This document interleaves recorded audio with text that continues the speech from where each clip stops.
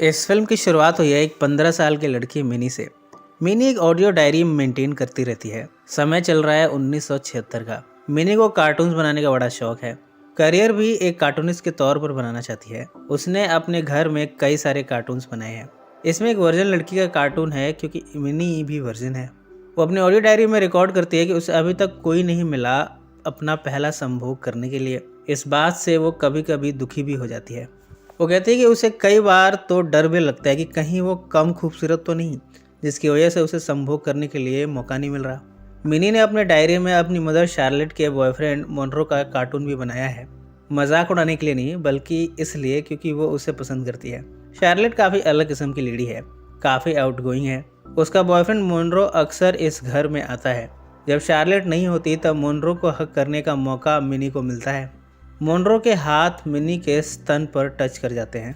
इस एक्सपीरियंस को मिनी अपने ऑडियो डायरी में रिकॉर्ड कर रही है। उसे डर है कहीं मोनरो को उसका स्तन छोटा ना लगे।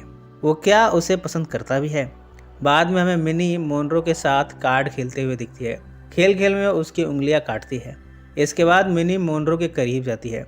वो उसे कहती है, मैं चाहती हूँ कि तुम मेरे साथ संभोग करो। मोनरो को यह सुनकर हैरानी हुई है, पर वो नाराज भी नहीं हुआ। मोनरो की कार में जाकर दोनों आपस में चुंबन क्रिया करते हैं। इन सब से मिनी बड़ी एक्साइटेड है। इन सभी एक्सपीरियंसेस को मिनी अपनी ऑडियो डायरी में रिकॉर्ड कर रही है। अगली सुबह मोनरो मिनी को पिक करने आता है। दोनों मोनरो के अपार्टमेंट जाते हैं।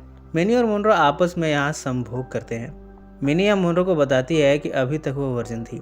वो मोनरो से इस मोमेंट की फ़ोटो खिंचवाती है। इसके बाद मिनी और मोनरो कई बार संभोग करते हैं। इस बारे में दोनों ने शार्लेट से सब कुछ छिपा के रखा है। मिनी जब मोनरो को शार्लेट के साथ चुंबन क्रिया करते देखती है तब उसे ईर्ष्या होती है। अपने इन अनुभवों के बारे में वो डायरी में तो रिकॉर्ड करती ही है, पर आजकल उसने अपनी फ्रेंड किमी को भी सब कुछ बताना शुरू कर दिया है। किमी बड़े मज़े से मिनी के इन एक्सपीरियंसेस को सुनती है। इसके बाद मिनी इसे अपनी डायरी में रिकॉर्ड करती है। इसके बाद मिनी एक लाइब्रेरी में गई है। यहाँ जब एक लड़के को देखती है तब उसकी नज़र उसके लिंग पर जाती है। वो उसे कार्टून के रूप में इमेजिन करती है। यहाँ वो फेमस कार्टूनिस्ट एलिन को देखती है। मिनी ने अब तक कॉमिक बना ही लिया है। इसमें उसने कई सारे अट्रैक्टिव कार्टून्स बनाए हैं। इसमें लिंग का कार्टून है, योनी का कार्टून है। औरतों से लेकर मर्दों के अंगों को बड़े अच्छे से उसने चित्रित किया है। इसके अलावा उसने काफ़ी पहले से एक और कॉमिक बनाया है जिसमें कि एक औरत शहर से वॉक करते हुए दिखती है। इस कॉमिक को मिनी ने एलिन को मेल कर दिया। कुछ दिनों में मिनी की दोस्ती बढ़ गई है क्लासमेट रिकी से। रिकी और मिनी आपस में 2 बार संभोग करते हैं। जब मिनी मोनरो के साथ हमबिस्तर हो रही है तब मोनरो क्लाइमेक्स के समय रुक जाता है। मिनी को लगा कि शायद वो मोटी है, इसलिए मोनरो बीच में ही रुक गया। वो इस बात पर मोनरो से नाराज़ होती है। मोनरो कहता है कि वो मिनी के प्रेगनेंसी रोकने के लिए ऐसा करता है, पर मिनी को अपने आप पर डाउट है। अगली बार जब वो रिकी के साथ जिस्मानी संबंध बनाती है तब रिकी को नोटिस करती है। रिकी क्लाइमेक्स के समय बिल्कुल भी नहीं रुका। इससे मिनी ने फिगर आउट कर लिया है कि मोनरो मिनी को कम और उसकी माँ शार्लेट को ज़्यादा पसंद करता है। कई बार वो मोनरो को शार्लेट के साथ संभोग करते हुए देख लेती है, पर कोई रिएक्शन नहीं देती। जब उसे मोनरो नहीं मिलता तब वो रिकी के साथ संभोग कर लेती है। एक बार मोनरो मिनी को अपनी बोट पर ले जाता है। दोनों यहाँ धुआंधार संभोग करते हैं। मिनी के कार्टून्स को मोनरो देखता है। वो कहता है कि ये काफ़ी खूबसूरत हैं। संभोग के बाद मोनरो मिनी से एकदम से अलग हो जाता है। ये बात मिनी को पसंद नहीं आती। वो यहाँ नाराज़ होती है। मोनरो इसे मनाने की कोशिश करता है।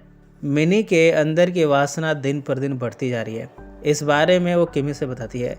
किमी भी अब मिनी के साथ है। दोनों एक बार में जाती हैं। यहाँ ये अपने आप को वेश्या के गेटअप में ढालते हैं। वेश्या के तौर पर ये लड़कों से मिलती हैं। 2 लड़के इन्हें अप्रोच करते हैं। यहाँ के वॉशरूम में किमी और मिनी इन लड़कों का मुख मैथुन करती हैं। इस एक्सपीरियंस के बारे में दोनों मिनी के बेडरूम में बातें कर रहे हैं। किमी कहती है कि ये ऑप्शन ठीक नहीं था। इन दोनों को इतना आगे नहीं बढ़ना था। मिनी भी इस बात पर एग्री करती है। इन सब में मिनी के स्टेप फादर पास्कल का फ़ोन आया है मिनी को। पास्कल कहता है कि मिनी आकर पास्कल के साथ रह सकती है, पर मिनी इससे इनकार कर देती है। कुछ दिनों के बाद शार्लेट के साथ बहुत बुरा हो गया। उसने अपनी लाइब्रेरियन वाली जॉब खो दी। इस समस्या से डील करने के लिए मिनी और उसकी छोटी बहन ग्रेटेल पास्कल से मिलते हैं। ये पास्कल से फाइनेंशियल हेल्प मांगते हैं ताकि घर के खर्चे चल सके।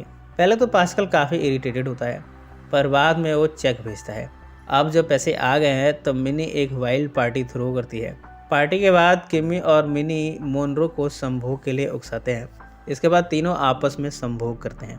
बाद में किमी और मिनी इसके बारे में बातें कर रहे हैं। किमी को मिनी कुछ परेशान लग रही है, शायद वो नाराज है कि किमी ने भी नशे में मोनरो से संभोग कर लिया। किमी इस बात की सफाई देती है। वो कहती है कि तुम तो वैसे भी मोनरो को पसंद नहीं करती। मिनी यहाँ कहती है कि वो मोनरो को वाकई में प्यार करती है। अब मिनी मोनरो के लिए पॉजेसिव होने लगी है। वो मोनरो से कहती है कि वो उसे प्यार करती है। मोनरो उसे किस करता है। इसके बाद वो मिनी से मुख मैथुन करवाता है, पर मिनी को बिना सेटिस्फाई किए ही उसे छोड़ देता है। मोनरो सिर्फ अपने सेटिस्फेक्शन के बारे में सोचता है, पर मिनी की सेटिस्फेक्शन की बिल्कुल भी उसे फिक्र नहीं। इसके बाद दोनों एक ट्रिप पर जाते हैं। मिनी मोनरो के बेड पर जाकर बताती है कि उसे अफ्रीकन मिला था, उसके साथ उसने अपने नितंबों में संभोग किया। मोनरो कहता है कि उस तरह का संभोग वो भी मिनी के साथ कर सकता है, पर मिनी को प्रॉमिस करना होगा कि वो उसके प्यार में नहीं पड़ेगी। मिनी इसका वादा करती है। इसके बाद दोनों आपस में संभोग करते हैं। दोनों साथ में ड्रग्स के साथ साथ एसिड भी लेते हैं। इस संभोग के दौरान मिनी अपने आप को हवा में कार्टून के तौर पर उड़ते हुए देखती है। इन सभी अनुभवों का वो कार्टून बनाती रहती है। यहाँ मोनरो की तबीयत खराब होनी शुरू होती है। वो कहता है कि वो भी अब मिनी से प्यार करने लगा है। उसे मिनी का साथ उम्र भर के लिए चाहिए। यहाँ मिनी को रियलाइज़ हुआ है कि वो मोनरो से प्यार नहीं करती है, ये तो बस अट्रैक्शन था। पर अब मोनरो ने दोनों के साथ में रहने की प्लानिंग शुरू कर दी है। वो कहता है कि मिनी जैसे ही 18 साल की हो जाएगी, दोनों साथ में रहना शुरू कर देंगे। वो इस बारे में सबसे बताने को भी तैयार है, पर मिनी यहाँ उसे छोड़कर चली जाती है। इधर शार्लेट के हाथ मिनी की ऑडियो डायरी लग गई है। अब उसे मोनरो और मिनी के बारे में सब कुछ पता चल चुका है। वो काफ़ी शॉक्ड होती है ये सब जानकर। पहले तो वो मिनी को कन्फ्रंट करती है।